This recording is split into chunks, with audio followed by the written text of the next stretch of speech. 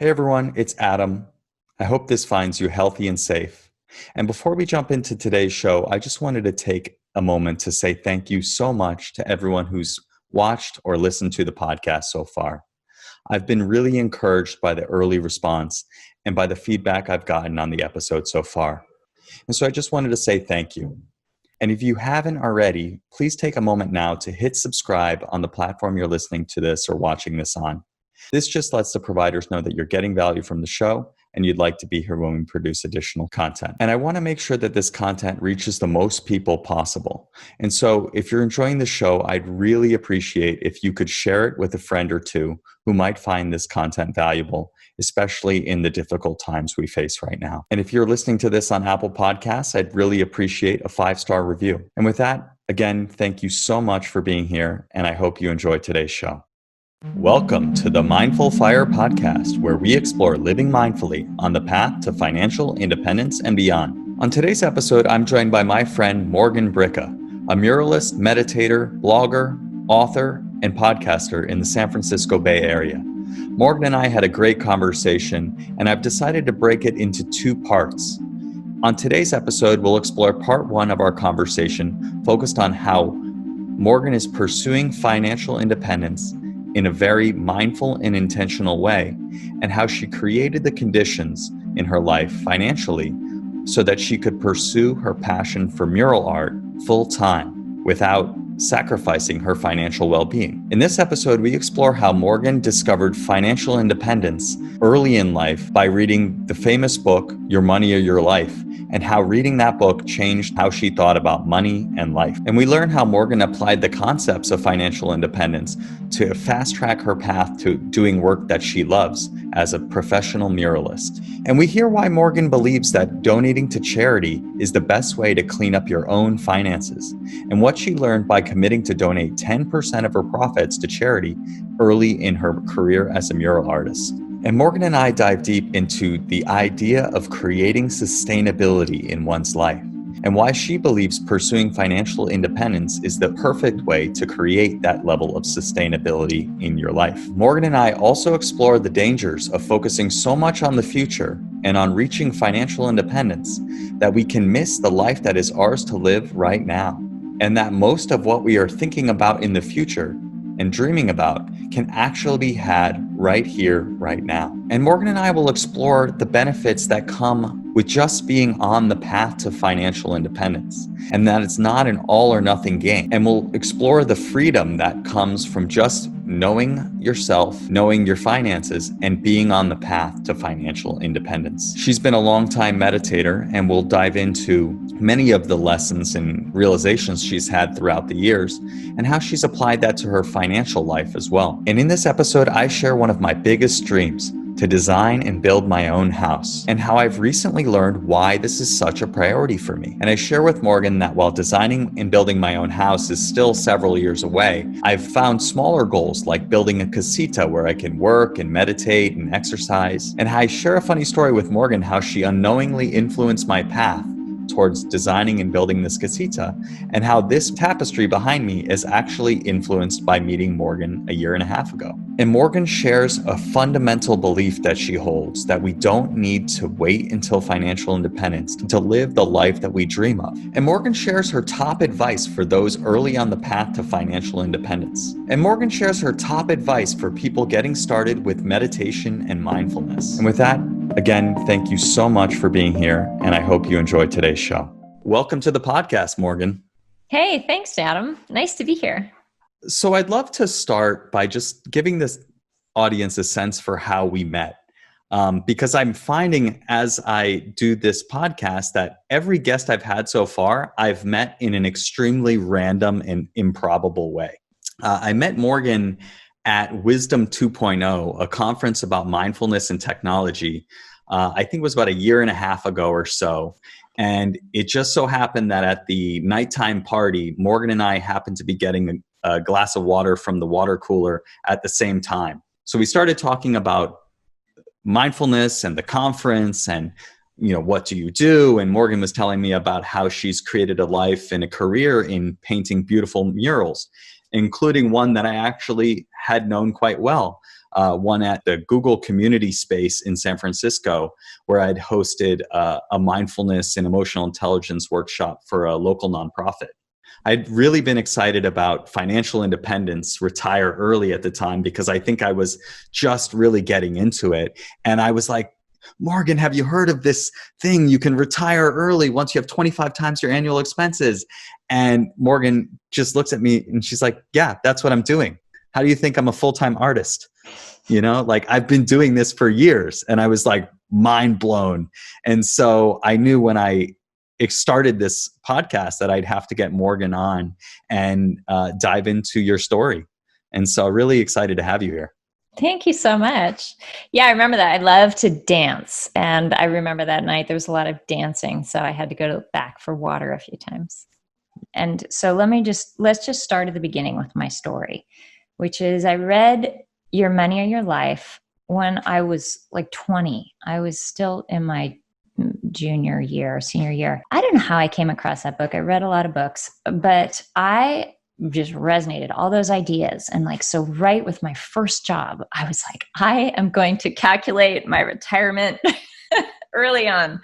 So the first 6 years of work, I saved 50% of my money. And I was, calculating my dates every Monday morning that I hated my job. And then what happened was I had enough of a sense by the time I was 26, I thought, you know what, I'm going to be okay. And some of that came from having being really happy with my life with low expenses. And so I had started working part-time for a little while, for like 6 months. I was walking on the beach more. I was just trying to really enjoy my life. And I realized that I was super happy working less. And so when I finally went and quit my job, I had no backup plan. I needed to earn money, but I knew that wasn't much. So it gave me a lot of confidence to say, I'm going to figure something out. And I didn't know what I wanted. I just wanted my time to be my own. So I imagined I was going to eat rice and beans and take the bus to the library and walk on the beach every day. If I just kept that up and worked a little bit, like I was in IT, so I knew I could make just $125 easy an hour for a consultant gig. And I think my expenses were like $500 a month. And I thought, I can bridge this. The main thing was I had really low housing expenses. I had 4 housemates. We just shared a landline. I had an old car. For some reason, I didn't have the housing expenses is always going to be your biggest one. So I didn't have I think it was like $200 a month. So anyway, but what happened was sort of along the way, once I had quit my job, and then I fell into, because I had the time, I'd never painted before, discovered I loved working with my hands on my house. Too cheap to buy a window. So I just painted a window. Too cheap to actually put in, travertine. So I just painted the concrete, beautiful stone tile. Like everything was just painted fake because that was in my budget. And I was like, gosh, that's so cool. So I had this big windowless stairwell, just like the darkest, ugliest. It's the cheapest condo that I lived in. And I painted this floor to ceiling, like grand view of Spain. I lived in Spain, of a little cobblestone street, it was so quaint. And I started drinking my coffee at the top of the stairs in the mornings after I painted it. It was like the ugliest, darkest place. And all of a sudden it was beautiful to me. So it was like, I would look at that and go, why did I love doing that so much? Why do I love this so much? But I started painting murals. And what I will say, this is my long yarn to get to the evolution. That the big shift for me was a few years into mural painting when I felt like, gosh, I always thought I would just change careers forever. I could see myself doing this and then this and then this. I could do a lot of things. And all of a sudden I was like, I really like painting. I think I want to do this till I'm 90 and I'm painting with my toes, And when I started making a living from that, it shifted from how soon can I retire to I was able to enjoy my money more. That was a big shift because it was like a hoarding thing. Like, okay, I got to shore it up, keep myself safe. And all of a sudden it was like, I really like this. I'm not in a rush. You mentioned enjoying your money more, starting to make money doing what you loved of painting murals allowed you to start to enjoy your money more. Can you expand on that a little bit more? Yeah. So you're not in a rush to exit. For one. I think a lot of people who get excited about financial independence, it's important to look at like the underpinnings of some people are just miserable in their life situation for, usually it's work related. I was really interested in the autonomy. I didn't like my job either, but it actually wasn't that I didn't want to work. And I think work is actually really, I have come to feel it's a really good thing. I think it's been good for me as a human being to learn all the skills that you develop in having to run a business. Humility, among many other good qualities. But yeah, I guess because the mural art is a passion, like I inherently care about it, it's easier for me to invest in getting the word out. Through my podcast, more public mural art could get made. Oh, well, that's cool. So that's worth donating. Through my podcast, I can find more work. Well, that is great because I believe in what I do and I believe in the value of, what I'm bringing. So, like money didn't become zero sum. If it's outgoing, it's automatically a loss to both me and something else. It switches to be like, yeah, I mean, getting paid well to do something you love just really switches your mindset on money.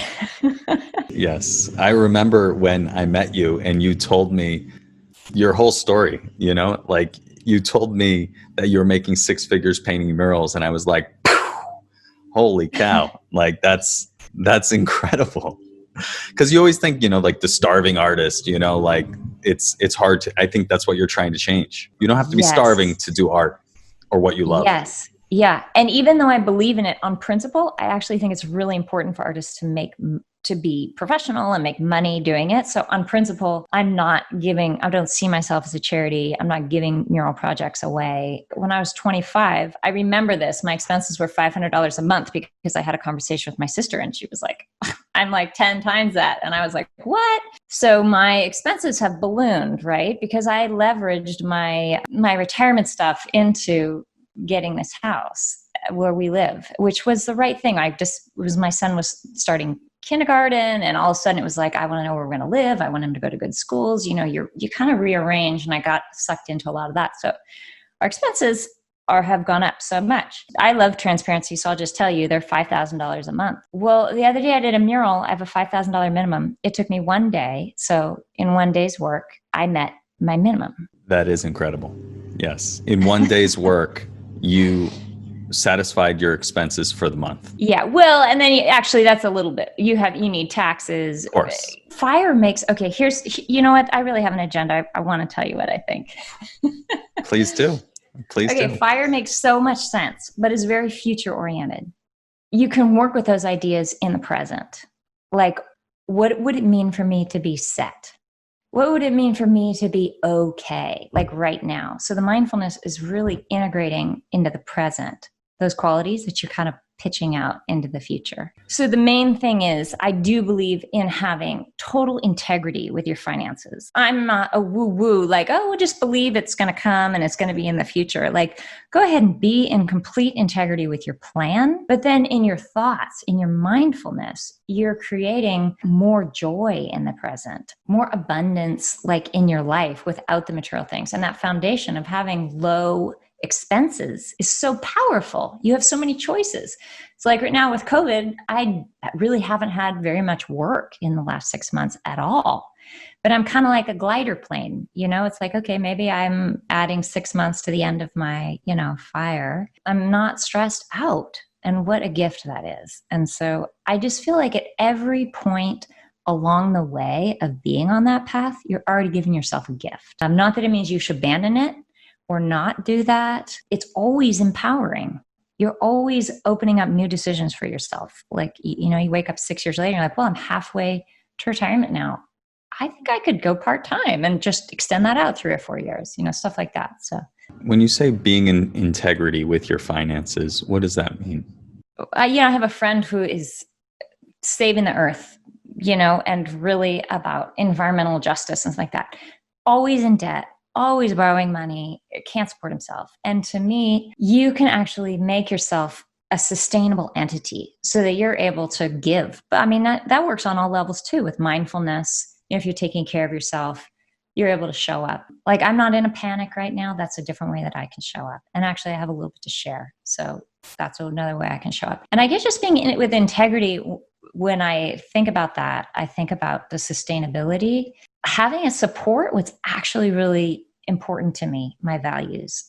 There's just so much fluff in our world that is not essential. So why am I going to spend my time funding that stuff? I don't care about a mani-pedi. I don't care about what kind of purse I carry. I cut my own hair. There's things that I just crossed off. Like they're just off my radar, and even TV. I don't watch TV. My friends start talking about the latest show and I'm like, oh gosh, I'm so sorry, you guys.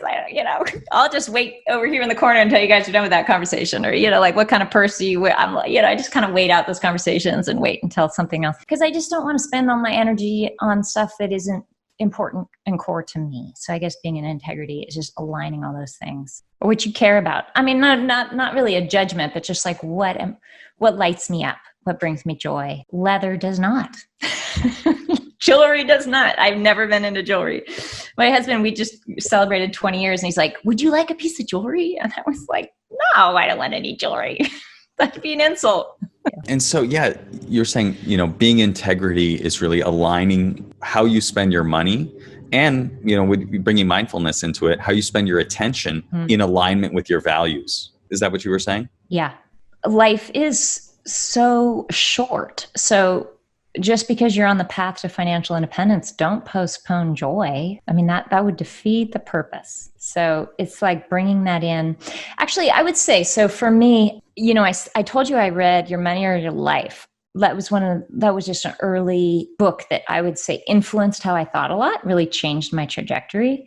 But I think it was about 10 years ago that I listened to T. Harv Eker in The Millionaire Mind. I listened to one of his seminars. I have more followed his line of thought since then. And one of the concepts he introduces is the idea of both. And so not getting out of binary thinking. So I'm either going to retire early, or I'm going to just fucking enjoy my life and like live it up now. And it's like, actually, no, you can work on percentages. So I am much more aligning to percentages and understanding money personality, and the fact that if you just set aside a percentage, 5%, 10%, that's okay.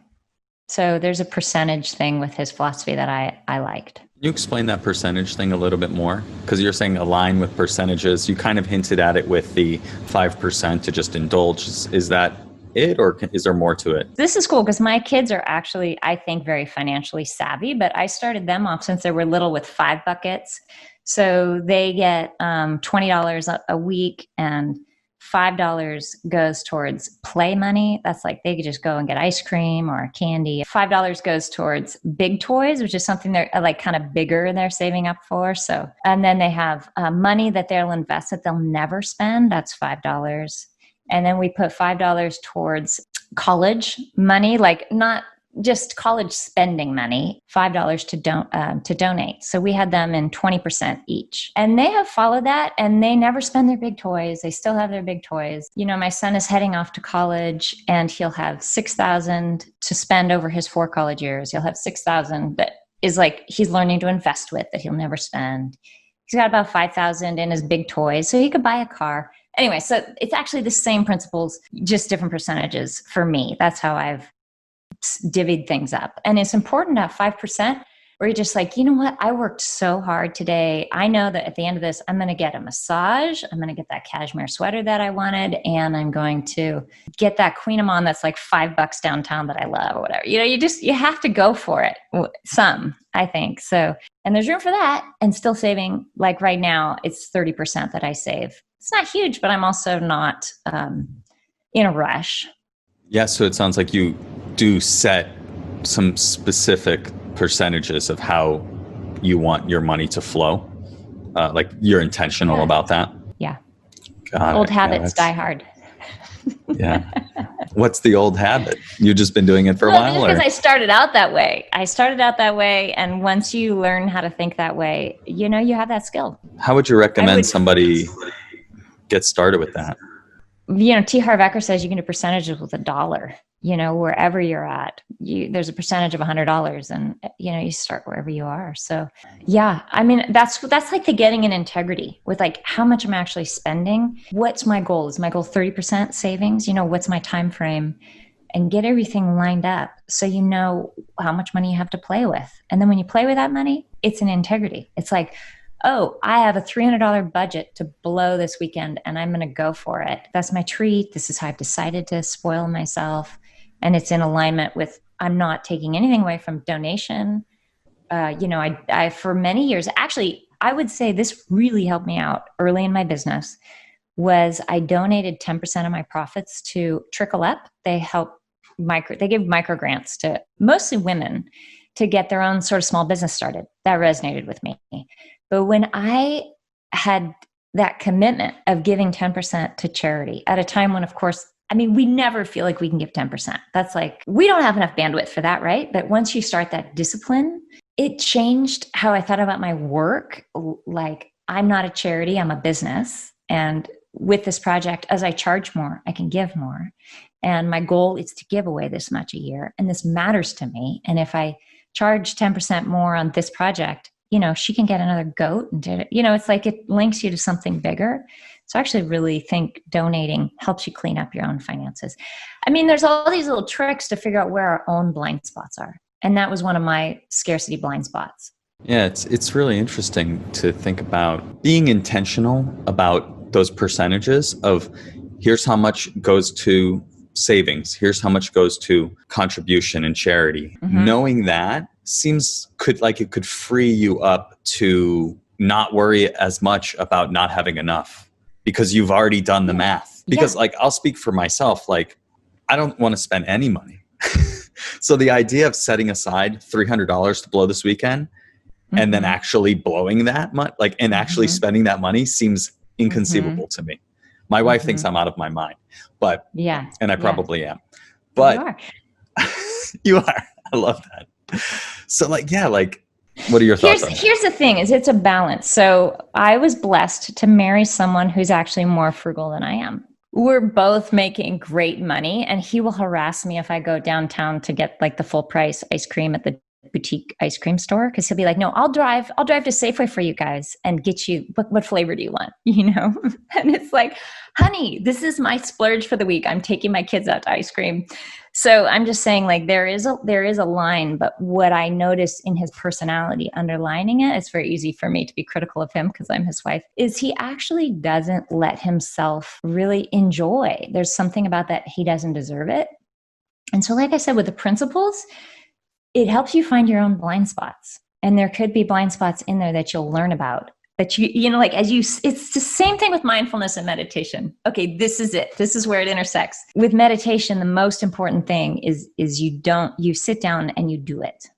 That's the most. And everything else will develop from there. Whether you want to do embodiment or metta or, counting your breath, or whether you go into different stratospheres or whether you just sit there and cry, either way, you're going to sit there for 20 minutes or whatever you decide. And so within the structure, we find who we are and what we're struggling with, and it's the same with the money. When you do percentages, you're allowing that structure into your life.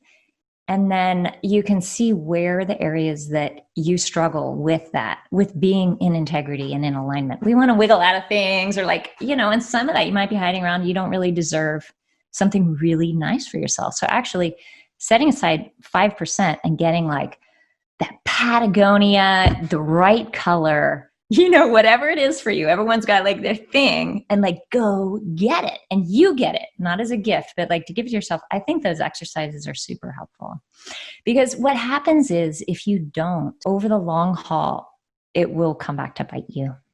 It pops its ugly head. There's a great quote. Wait, the great quote is, you got to take care of your demons or they go down to the basement and start lifting weights. And how might that come back to bite me or anyone? What do you mean by that? I don't want to scare you. Okay, what I want to say is, scare me. My husband is so frugal. And it's great. And when I married him, I was we went garage sailing for our dates. That was what we did. And we were so aligned because of his self-abnegation tendencies. There was a variety of ways that he became depressed and then extended unemployment from that. And that ate through our savings for a number of years. So what are we saving then? How is that really sustainable? He now has a job and we're working back, but it's is saving the $1.50 for a cheaper ice cream, all the stress that you go into controlling, all of that. It's kind of a short-term game sometimes. Yeah, that's really interesting. I always think about this pursuit of financial independence or mindfulness as like fixing something that's wrong or like controlling something in some way, right? Like, a huge part of financial independence is saving as much money as you possibly can so that you can invest that money and grow it and reach your goal faster. I think what I'm realizing from what you're saying is that having awareness of where you're spending your money so that you can spend less of it is great.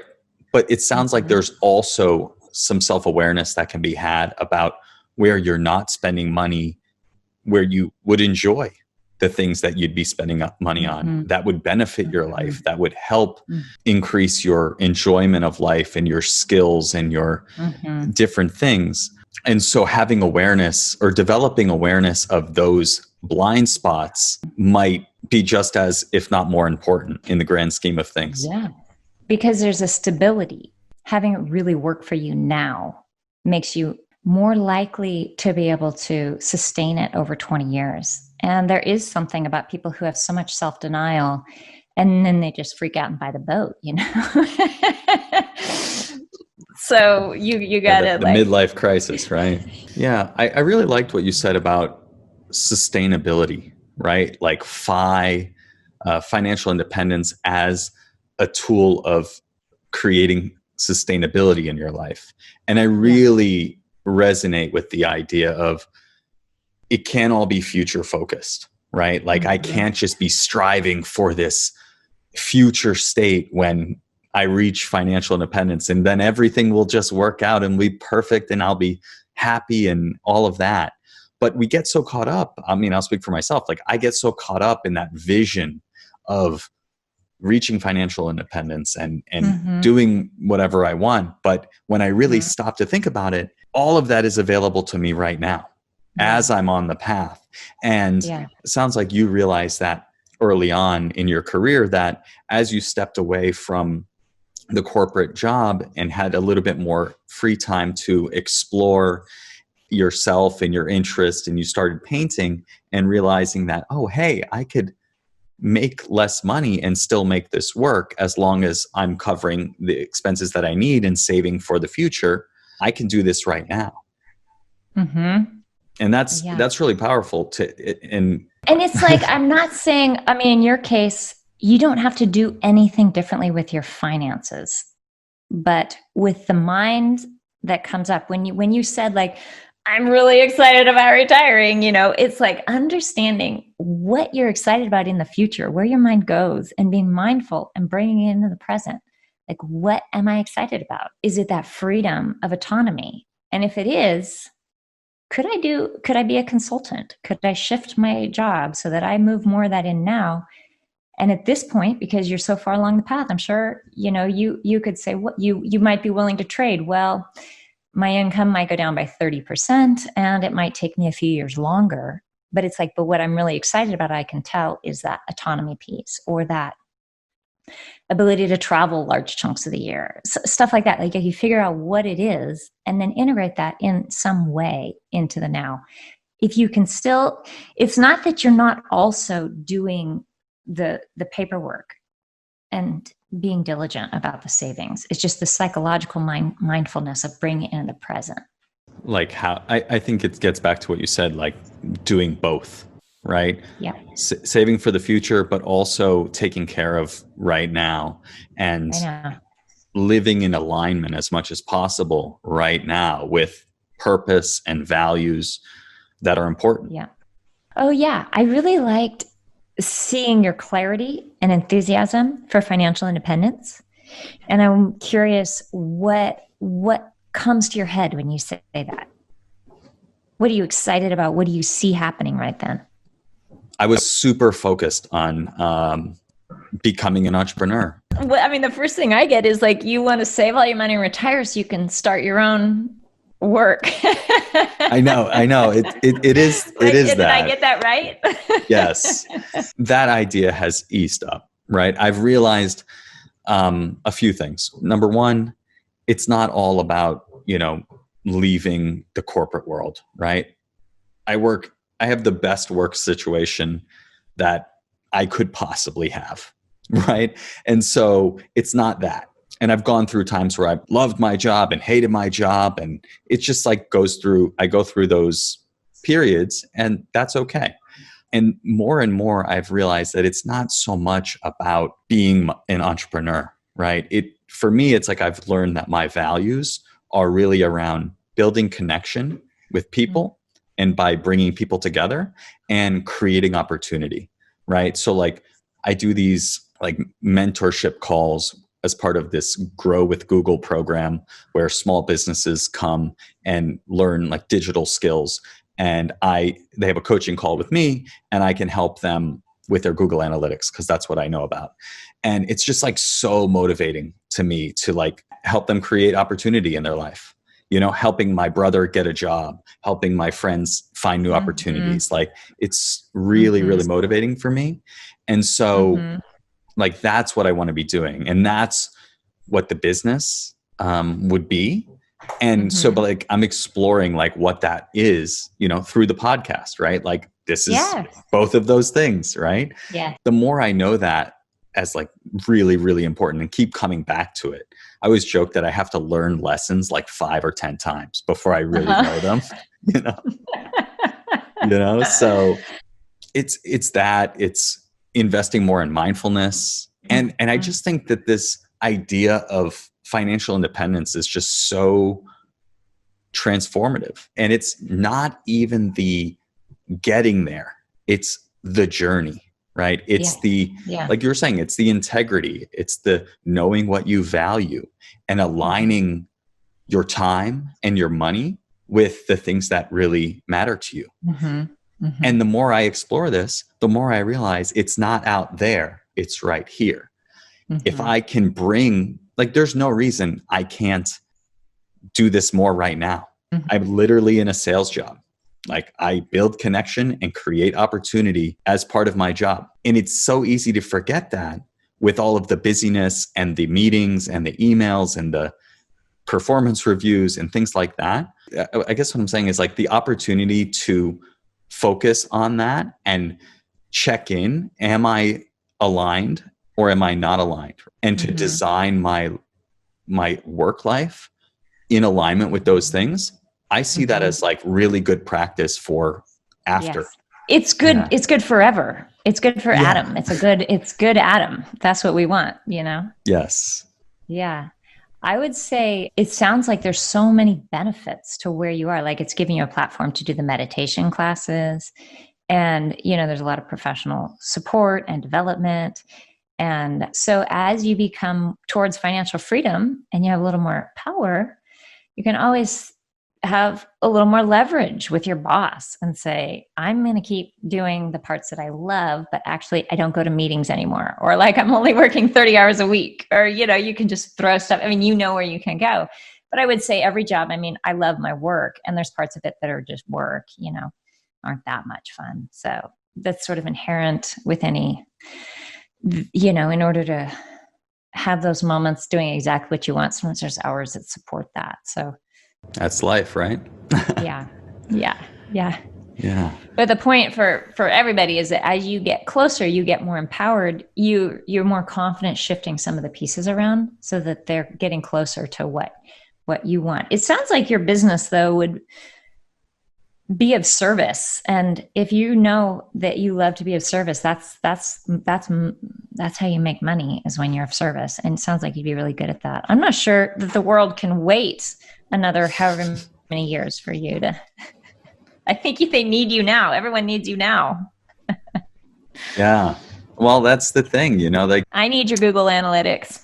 Yes, I'm happy to help you with that. For sure. I remember our conversation very well, you know, when we met, and I was just like, holy cow, this is mind blowing.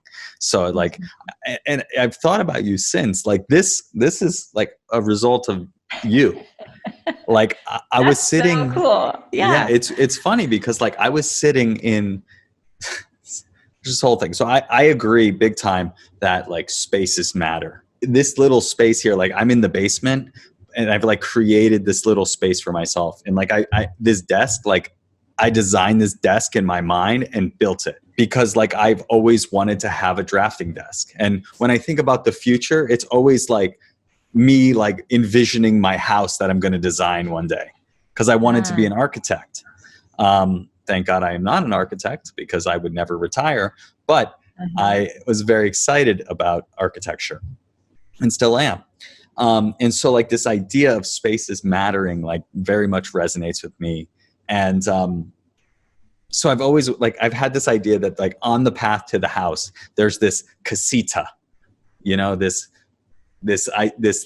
little casita that I'm going to build when I buy a house here in New Jersey. Probably I'm probably going to build this casita, but it's funny because like it's always been like this joke that I want to have this casita. And I was talking to a friend yesterday, and I realized like why I have such a desire to do this, and it's because like when I was like 4, my dad built a playhouse for me and my brother in our backyard from scratch. Like he was a UPS driver for 14 years and was working long hours doing very physical work, and then for 3 months on the weekends, he built this playhouse, and it was amazing. You know, like it had a little front porch, and you could climb up a ladder and open the roof and sit on like a balcony. Wow. It was amazing. But then we moved, and we were going to try to bring it with us to the new house, but the kids that moved into the house were like teenagers, and they basically destroyed it. And so I feel like I've always wanted to have that again. Like and so this is a long way of getting to where I was going, but I've always wanted this little casita, right? To be like a little meditation space and, you know, yoga room and office and, you know, just like my space, right? Like some people want a man cave or whatever, or a she shed, and I want a little casita. But anyways, I found this, I was living in this apartment, right? That with my wife, that she was living there for 10 years, right? And underneath our apartment was the laundry room. Next to the laundry room was a locked door right under our kitchen. And one day, after many years of living there, I walked down there and the door's open. And it's just like this little empty room, completely unfinished, covered in 30 years of dust and dirt. And I am like, the casita. The casita is here. And my wife is like, are you out of your freaking mind? Like, don't go down there. Like, and I'm like, no, I'm going down there. And so I just like go and like hang out down there, just like standing in this empty room and just being like, what could this be? This could be, you know? And then I thought of you, and I'm like, you know, Morgan could turn this into anything. You know, I get your emails, right? So like I read them from time to time, and I just think like, you know, about murals, right? And like, and what you said about how you painted this floor to ceiling window and then had your coffee in front of it. Like it's, you know, to some people that might sound crazy, but to me, I'm like, that's what I want. That's what this is, right? Like I want to have a beautiful house with a beautiful view where I can work and be creative and meditate and all of that. And so I'm like in this, so I'm in this casita room, and I like am thinking that like, oh my God, like, and then I'm like, then it's like, oh, but I can't spend $5,000, right? Which obviously would probably be more than $5,000. But I'm like literally like thinking like, oh my God, it's worth it. It's worth it. You know, like I'm just like going out of my mind. And now I'm rambling. But so then I cleaned the whole thing out, like literally taking like a whole trash bag full of dirt out of this room, right? That's not even my room. I've just adopted it. And then I'm in there, and then I like, okay, I want to have a wood floor. Like, okay, what is that? And so I buy this floor on Amazon, like fake. It's like a kid's mat, right? But it's a fake bamboo floor. So I put that in there, little like sitting desk, and I put that in there, and I like kind of turn it into a little space, and I'd go down there and I'd meditate, and I recorded a few meditations down there and things like that. Wow. And then I was like, I want to have something like this. And I'm just like looking up there on like on Amazon, like how can I, like, do they have like a sticker material or what do they have, and all of that, right? And so basically then I realized at some point when I got here, like, I want to have that. Like I immediately created this space. It's That's funny cool. because the casita it came into your life in whatever form. Yes. And now it has stayed, and you will probably always have a casita because it lives right here now. You know where to find it. Yes. Platform 9.5 will always open up for you. Right. And then they locked me out of the casita. They put a new lock on the door. It's hilarious. With my stuff inside. Goodness. But I like was friends with this guy, and I was like, hey, like, he was there fixing something at our house, and I was like, do you know the code to this lock? And he's like, I don't know, but if it's the same as the other ones, it's this. And I was like, and it worked. So I got my stuff out of there. Okay. Well, someday when you're ready for a mural, I'll trade you for Google Analytics. I'll fly out, paint you. Oh boy. All sorts of gorgeous murals. Trades, no money. We can all do that. Yeah, I don't think Google Analytics is equivalent to a mural. I know. I've seen your work. There's yes. other things in life. It would be fun to hang out with you and your wife and your son and see your. So let's switch gears to what I call the Mindful Fire Final Four. Are you ready? Yep, I'm ready. Awesome. So first question, how important do you feel it is that people explore and find their purpose? Oh, I think that's why we're put here. I mean, I think it just keeps biting us in the butt until we do put some time and attention to it. Is where we find our joy. So I think people start to get clued into what lights them up. They find it. And if they're resisting finding it, they're kind of resisting that enormous source of joy and satisfaction in their life. So it seems kind of like this magnet that is sort of might be unavoidable or avoided at our own. And any practical tips on practices or approaches to tuning into that and finding that? Yeah. When I first painted my first mural, I had forgotten to eat lunch. And it was like the first time in my life I'd missed lunch. I don't miss many meals. And I was reading a book at the time about by Csikszentmihalyi, Finding Flow. And I think when you notice that you've lost track of time, when you feel there's elements of flow, which is sort of engagement, losing a sense of yourself, getting into the work, in a way that feels positively engaging, not buried, not stressful, just when you're pulled out of yourself into a moment, into a very present experience of engagement, I think that is pretty close to, the passion is actually kind of a heavy word. People think, well, I don't love it that much, or, it's not very practical. I mean, all these other things. I like the softer things, being pulled towards what you love. It's that flow state. And usually something of being of service, or it's in action. It's not necessarily just sitting on the cushion. Totally agree. So the second question is, what advice would you give to someone early on their path to financial independence? While still being totally in integrity with the numbers and their plan, to bring as much joy and even independence into their present experience as possible.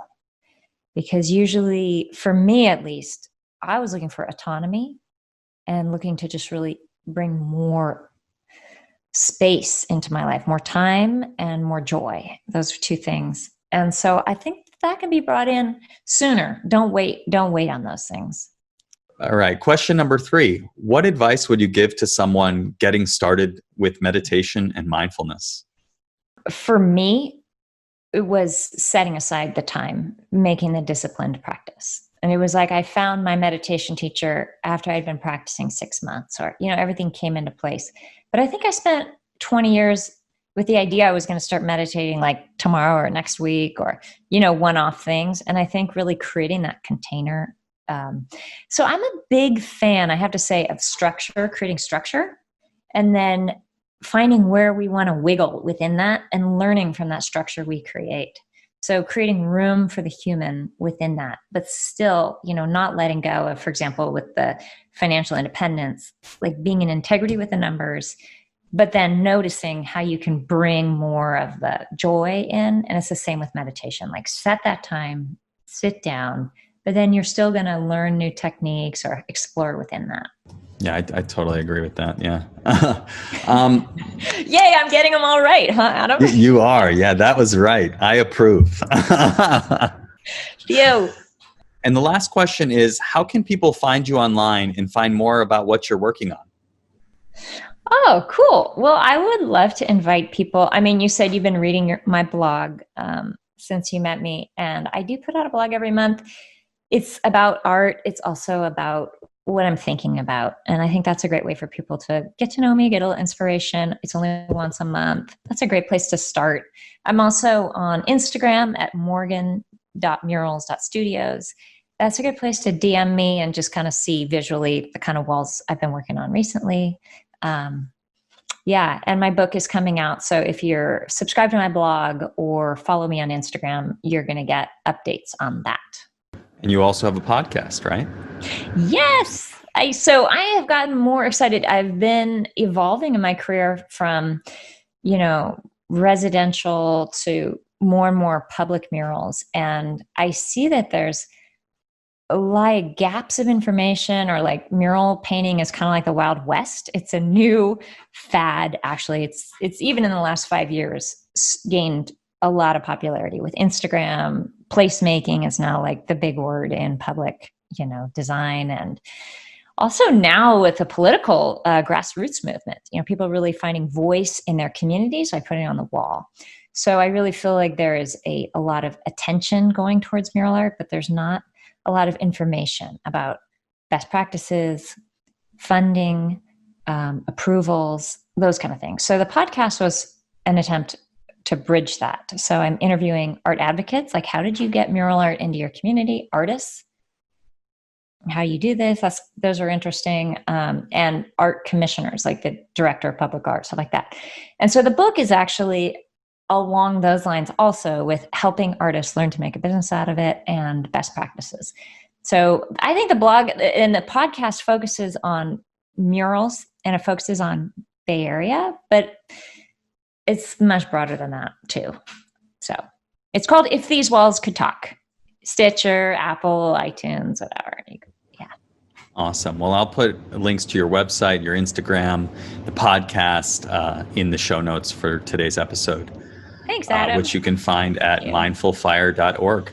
Thank you so much, Morgan. It's been wonderful chatting with you, and I look forward to talking with you soon. Oh my gosh, I've loved this conversation. I could talk to you all day, and it's really been a pleasure. Thanks for having me on. Thanks again to Morgan for joining me on today's show. And thank you for tuning in to part 1 of my conversation with Morgan Bricca. Make sure to join me in 2 weeks for the second part of my conversation with Morgan, where we explore the idea of craftsmanship, podcasting, and where I get real about some of the limiting beliefs that have held me back in the past and that I'm still working on.